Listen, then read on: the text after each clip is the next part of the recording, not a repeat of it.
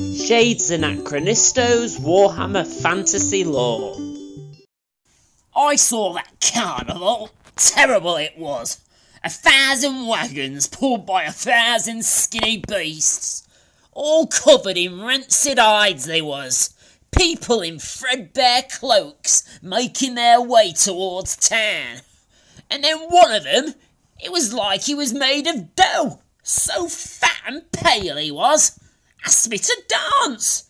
And suddenly it was if he was a real gent.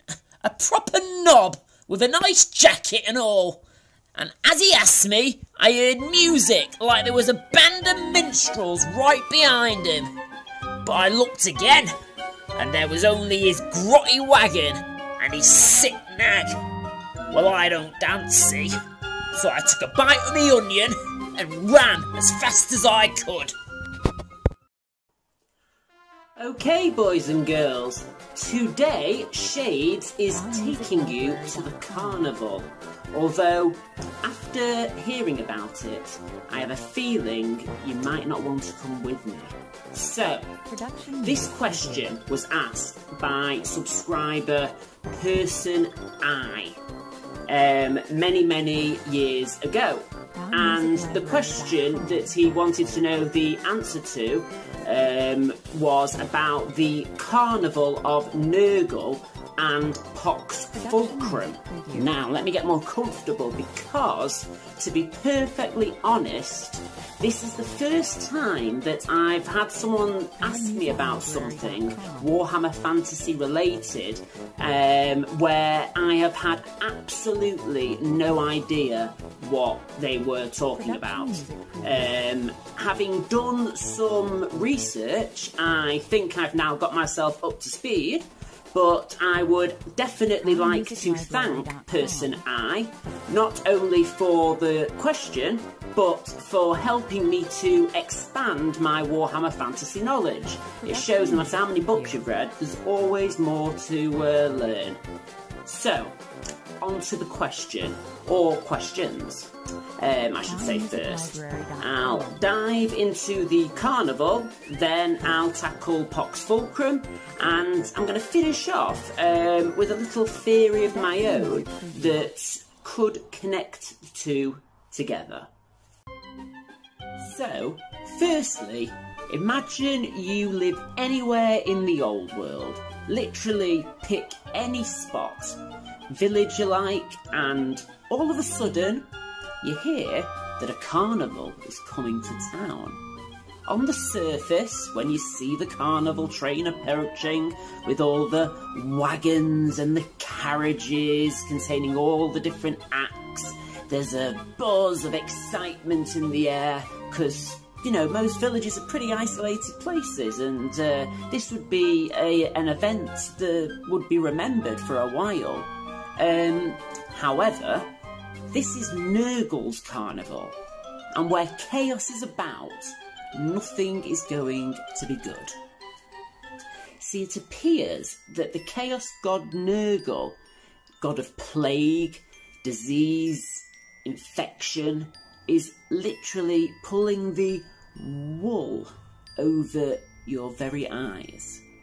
From the scant information that I can gather on this, it seems that the entire carnival has a spell cast over it, making it look normal on the surface at a glance.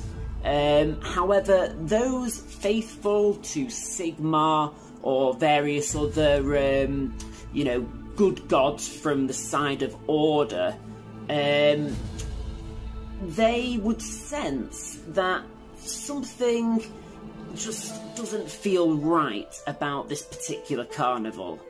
It doesn't feel like a fun place to have a fun time.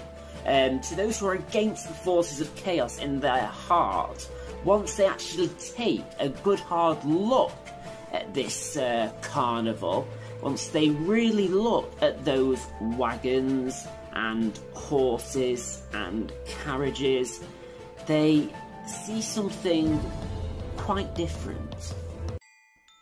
The horses, when looked upon now, can be seen to be demonic emaciated, rotting from the inside, their skin falling off, their insides infected and spilling onto the road. It becomes clear that the only way that these horses are alive to do their master's bidding is through the magics of Nurgle, which is naturally plague magic. The carnival is not being run by ordinary folk. Those working there have clearly given their soul to the plague god. The spell evaporates to those of good heart, and instead of ordinary showmen, you have people who are deathly thin, or, on the other side, bulbously fat. Scars, sores and boils cover their body. Their skin at first appearing normal is either green with infection or pale and deathly white. These once ordinary Sigmar-fearing people have been taken in by good old grandfather Nurgle. Even the wagons are infected, the wood rotten and infested with insects, the canvases hiding the attractions are filthy torn rags. Any village with hearty warriors of the Empire would chase such a carnival out of town.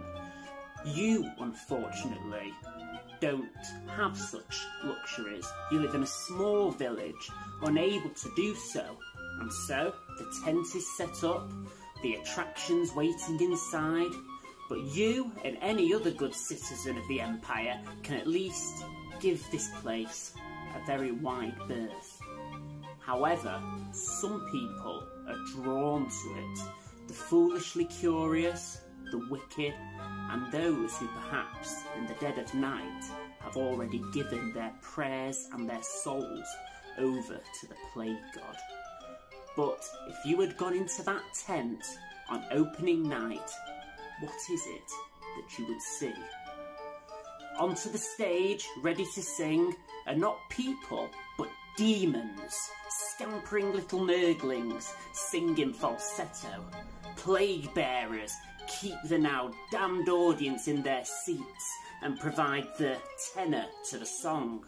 Some may still hope to get free and fight their way out, but then appears the main attraction, and all hope of escape is lost. A giant greater demon of Nurgle, a great unclean one, waddles out into the centre of the stage.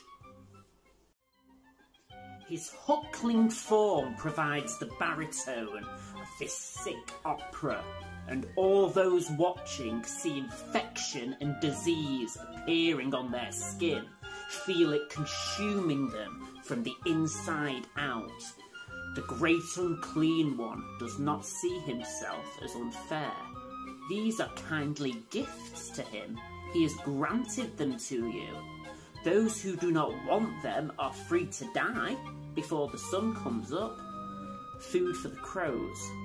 Those who choose life leave with the carnival, their souls also Nurgles in eventual death. Now, on to Poxfulcrum, the second question, and a name I again confess to have never heard of. It appears that both of these topics are from the 3rd edition of Warhammer Fantasy, which was back in the late 80s and early 90s, which a little bit before my time, I'm afraid. I was playing mainly during the 7th, 8th and 9th edition, stopping when the bad times, end times, did arrive. Still, I always love to learn new things, so what did I learn about Poxfulcrum? The legend of Poxfulcrum is a sad one that there is little information on, but it goes as follows. Nurgle is said to have had a daughter, long ago, with a she-demon who nothing is known about. That daughter was called Poxfulcrum. Now, being the daughter of the plague god, Poxfulcrum was born with certain incredible powers. Firstly, she was said to be susceptible to every disease that could be created, which, let's face it, not the best power. I can't see there ever being a superhero called sort of Illness Girl with the power to get the flu. No, it's a second attribute that we could really call a power. That is, she also had the ability to fight off and heal herself from any disease that could be created. So while she was infected by every disease created, she also was 100% definitely always healed from every disease that was created. Put together, Poxfulcrum had attributes that her loving daddy could put to both terrible and terribly useful use. Really a use that only the god of plague could comprehend. Poxfulcrum was enslaved by Nurgle within his palace in the world of chaos. There he tests all his new deadly concoctions upon his daughter, observing the infectious results and editing those concoctions until they're to his liking. When he has the results he wants, he can then unleash it upon the world, leaving daughter to heal up until another plague is thought up. And for Poxfulcrum, the whole miserable business starts again. But how do we know that Poxfulcrum does this against her will? She is a chaos entity after all. How do we know she isn't in league with her father, perhaps working together? Well, that's down to her final amazing ability. Poxfulcrum is often in tears. Who wouldn't be in her situation? And it's these tears that have an incredible power. You see, they contain the ability to cure the illness inflicted upon her. They're a sort of misery potion. So when her father's back is turned, she releases this salty potion of misery. That salty potion of misery. It sounds like a grunge band. Potion of misery. Anyway, salty potion of misery into the old world.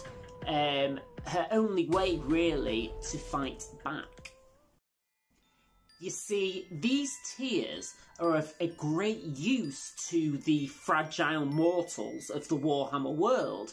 As it is said, it is where cures basically originate from.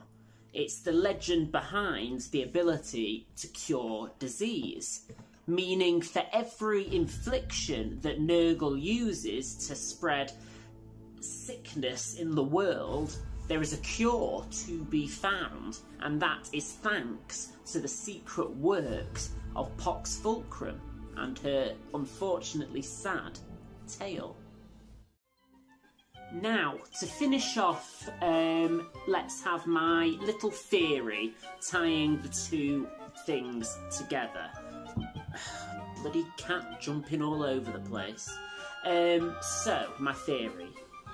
Could it be possible that Poxfulcrum is forced to be an act within Nurgle's carnival?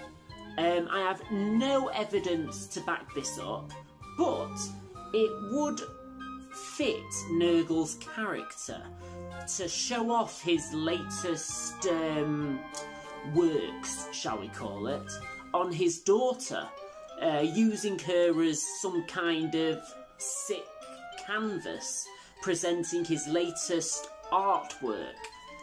That would also have the added benefit of transferring his contagions that are within his artwork onto the damned crowd that are watching. It's just a theory, who knows.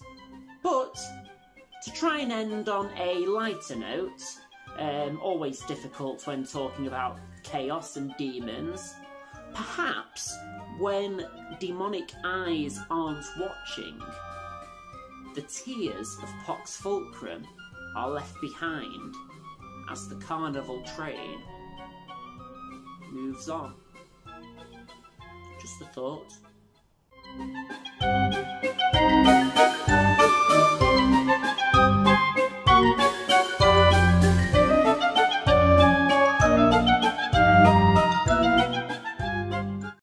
Thank you so much for watching. Please remember to like, comment and subscribe, and I will be seeing you again with another video very soon.